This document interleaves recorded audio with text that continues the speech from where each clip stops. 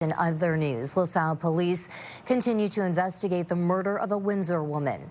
Tonight, we've learned the OPP is now assisting with the investigation.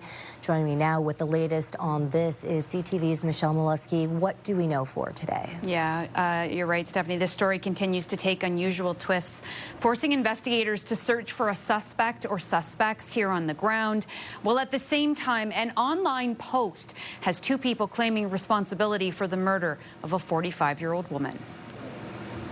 After 2.5 days, LaSalle police have now released the home where they say 45-year-old Nancy Grewal was killed. She was stabbed to death on Tuesday night, according to police. According to her union, Grewal was on duty, working as a PSW at this home when she was attacked. Grewal was active on social media, offering a glimpse into her personal life, her professional passion, and her beliefs.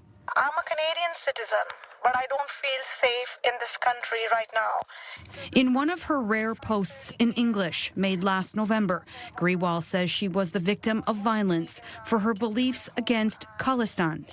Members of Windsor's Sikh community tell CTV News it is a separatist movement in India seeking a new country for Sikhs in Punjab. In recent years, the movement has faced criticism over alleged links to incidents of violence and extremism. Grewal was vocal against both the movement and the violence, according to people who speak Punjabi. CTV News has now interpreted this social media post, in which two people claim responsibility for Grewal's murder. The World Wide Web has complicated a lot of things.